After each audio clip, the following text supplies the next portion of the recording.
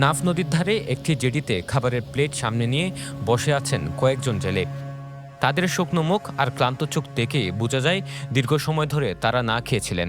কেউ তাড়াহুড়া করে খাবার মুখে তুলছেন, আবার কেউ ফোন কানে নিয়ে স্বজনদের সঙ্গে কথা বলছেন। জানা যায় 4 মাস আগে জীবিকার তাগিদে কক্সবাজার উপকূল হয়ে বঙ্গোপসাগরে মাছ ধরতে গিয়েছিলেন তারা। এক পর্যায়ে ট্রলারের ইঞ্জিন বিকল হয়ে গেলে সেটি নিয়ন্ত্রণ হারিয়ে ভেসে যায় মিয়ানমারের জলসীমায়। এরপর তাদের আটক করে দেশটির সশস্ত্র বিদ্রোহী গোষ্ঠী আরাকান আর্মি। দীর্ঘদিনের অনিশ্চয়তা, আতঙ্ক ও মানবেতর পরিস্থিতি কাটিয়ে অবশেষে বিজিবির তৎপরতায় দেশে ফিরেছেন 14 জন বাংলাদেশি জেলে।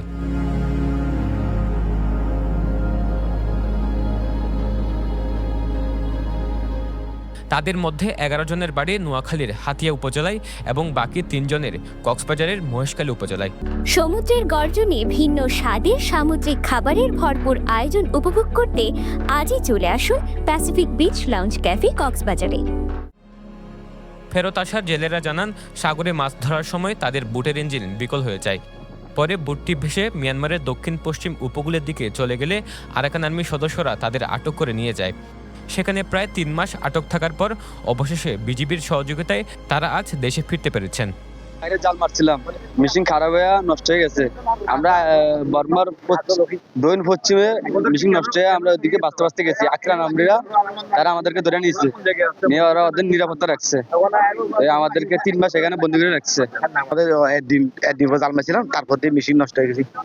মেশিন নষ্ট হয়ে পরে তারপরে আমাদেরকে 2 দিন 3 দিন 7 দিন পাইছিলাম। তারপরে আমাদের কোনো নেটওয়ার্ক পাই নাই।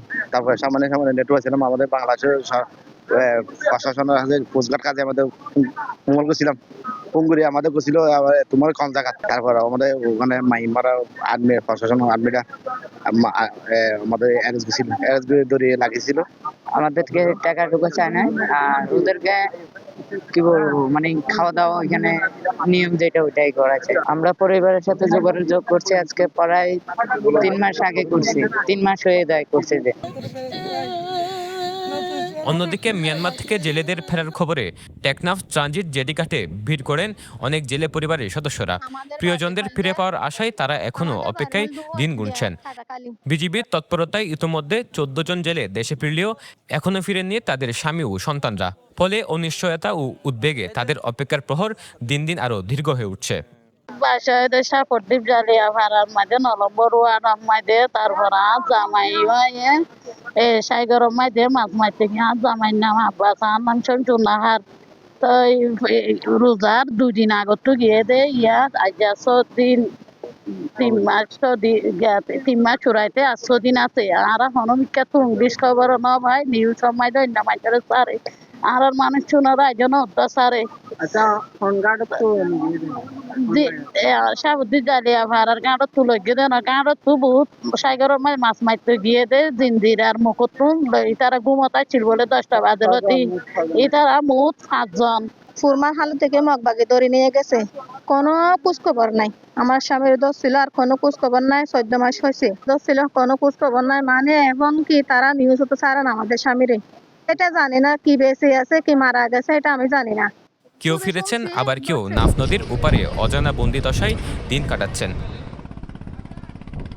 সমুদ্র যেমন জীবন দেয়, তেমনি কখনো কখনো কেড়ে নেয় স্বপ্ন।